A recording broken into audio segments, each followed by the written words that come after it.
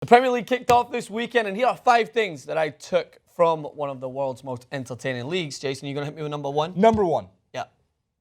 No, you were intro. Me runs one. All right, we're going to do this really quick. Sound effect. All right, we'll do this right. Number 1.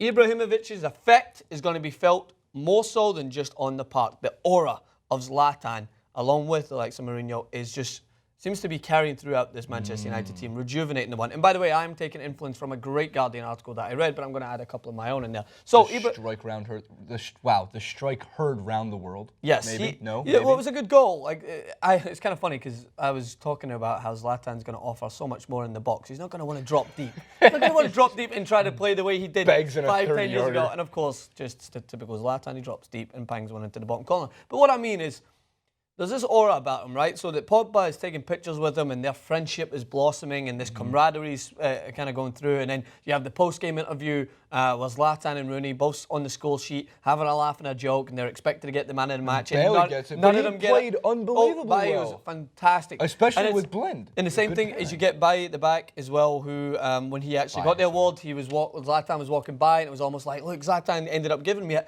There's just this sense that this guy is a glue. That he's gluing together this team. And I'm not going to go overboard, as you mentioned as soon as we came in. It's week 1. Let's relax. Everyone needs to chill. But it is good to kind of take what happened, try and put it into perspective, and talk about what it can do going forward. And Zlatan, one of the major talking points is that he's different. He's different in terms of that. I don't think, again, that he was one of the best signings, but I may eat my words in terms of what he could offer overall. It's free. I know, it's free. What he can offer, instead of like a Higuain, who you know could probably score goals, but it's just this sense of leadership that will lead over to the next point.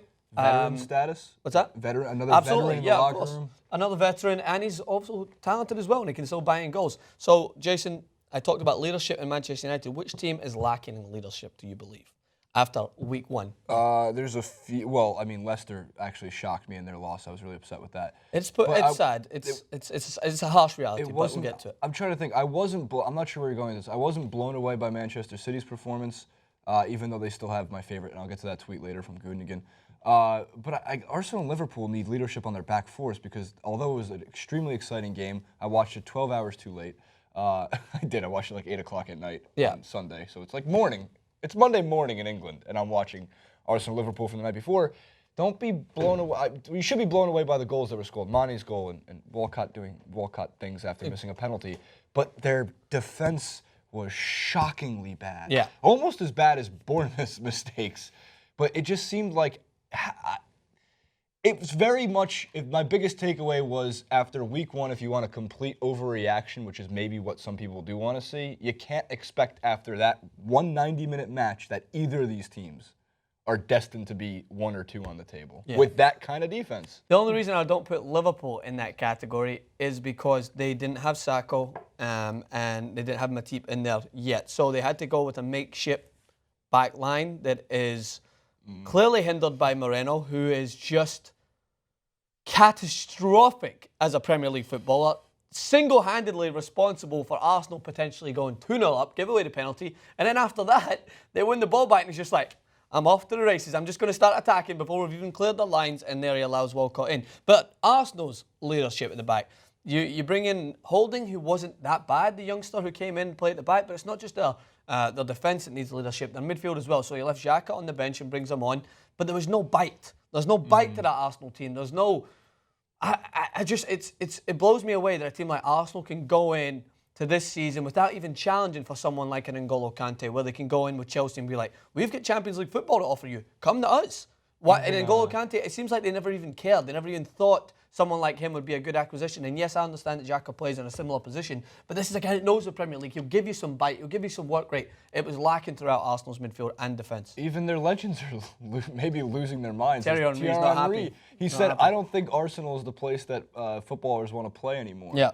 I don't think it's been that way for 3 years. I'd say longer. I'd say I talked about it on the podcast, which you will see soon, Beyond the Pitch. I was joining with Phil, who came on last week. I said since Cesc Fabregas' transfer to Barcelona, I think that's where the shift was. Like, they held on to some top quality players. They had Van Persie, Fabregas, they had some real quality in there, and they were still challenging when it came to Champions League football and Premier League football. Still not winning.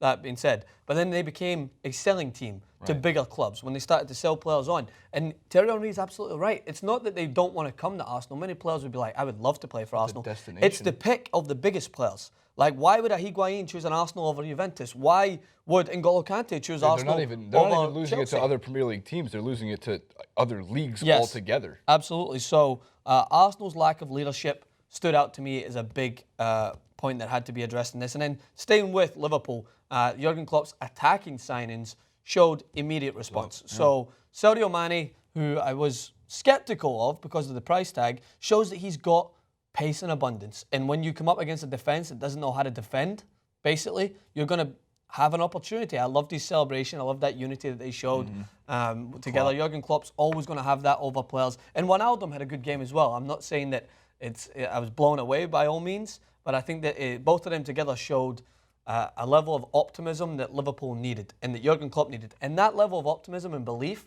was the reason why they went from 1-0 down to 4-1 in 18 minutes. And then 4-3 30 minutes later. Yeah. They were also in Arsenal, if I'm correct, which is a home field advantage in Premier League play is extremely important. But let's keep real quick with the Walcott, or at least in the scope of Arsenal. I have 2 tweets. Let's have a tweet break. Number 8 and number 9 are 2 of the Walcott tweets I thought were absolutely hilarious that trended this weekend. One of which, well, this one didn't trend, but this guy kind of summed up from Eurosport itself. Really don't understand why Theo Walcott is still a thing at this point for Arsenal. And about 30 seconds later, he had the tweet back to himself, haha, you idiot. The next one's even better. The Theo Walcott doing a no-look pass and a penalty kick, just legend. That penalty was shocking. Yeah, it's because it was so rapid, the response. It was like Moreno was like, fucking come on, Theo, I just gave you a chance to score. And then they're like, all right, I'll just give you another opportunity. And it was a hard finish. It was a typical goal that Theo Walcott would put in. But like you said, Arsenal can buy that type of goal every so often, but you cannot expect Theo Walcott to do that every single weekend. And he's not going to do it every weekend. Very true. And Arsene Wenger, though, many people, I think deluded Arsene is starting to come around and take over from deluded It's only Brendan. been 1 week. But they're like, a bunch of tweets were surfacing saying Arsene Wenger probably is going to use that goal as a reason why they don't need another striker. I did it. I watched his press conference, and he's frustrating. Like, Klopp at least seems to understand. Maybe this is my Arsenal pro-Liverpool bias in a way, so I'll watch my wording, but Klopp at least seems like he knows. Yeah. See, he was enthusiastic about the result because it's a win, which obviously is important, but he also said, quote, we need to defend together. Yeah. So it seems like he knows what the problem is. A matter if he can actually execute that going forward, because, again, we have a team that is not on paper as quality as 3 or 4 other teams in the Premier League. Yeah. And they also have managers that are successful. So it's going to be interesting to see what breaks down with that team.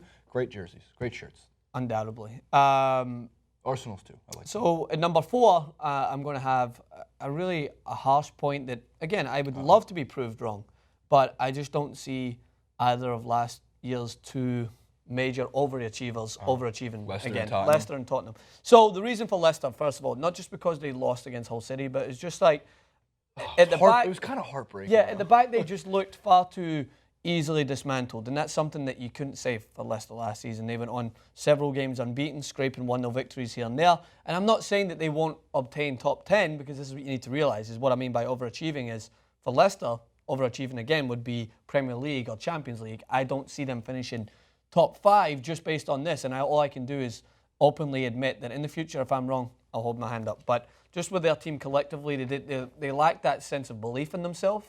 They lack that sense of urgency at times. They really missed N'Golo Kante in there. He would frustrate their opponent. We're going to see him today as Chelsea take on West Ham by the time this clip goes up, probably. But he would hunt down space along with the Drinkwaters of the world, and I think that that's what other teams feared the most, was being suffocated by Leicester.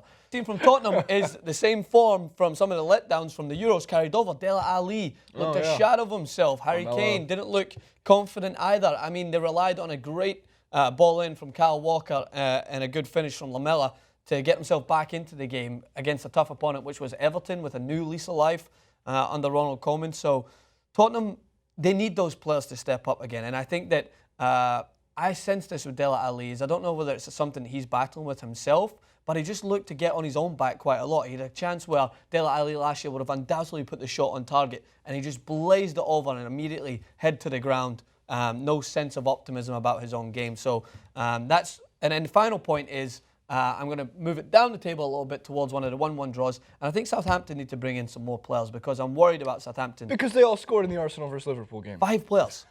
5 former Southampton players scored in the Arsenal Liverpool game. How crazy That's the most shocking thing out of that. Yeah, Sadio Mane, Chambers, Theo Walcott, and Coutinho wasn't. Oxlade-Chamberlain. No, Coutinho is the only one that didn't score. Chamberlain actually slashed through 2 guys better than I've ever seen. Well, Chamberlain's got that in his locker as well. He's got it in his locker as well. He can bring he scored a goal in pre-season. It was almost Messi-esque wonder goal. I'm like, this guy's got this, but it's as if an Arsene Wenger doesn't allow them to consistently do it. It's like, all right, you've got this to bring out your locker once in a while, but you need to put it back in. Oxlade and Chamberlain, the next Messi.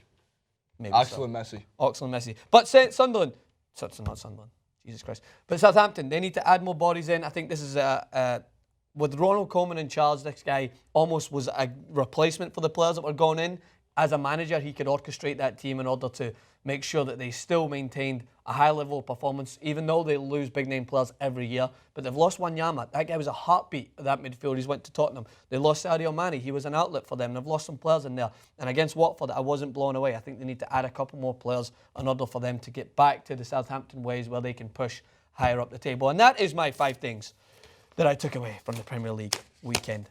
Shall we tell them the comment? Shall we have the uproar, which will be Liverpool, Arsenal fans criticising us? They just think we hate Arsenal. They just make it. Well, Arsenal fans, I came to the consensus that they're so sensitive. So put the sensitivity aside. Hit me in the comments. Jason Rubin 91 on Twitter, Francis_Maxwell, and we'll see you guys soon.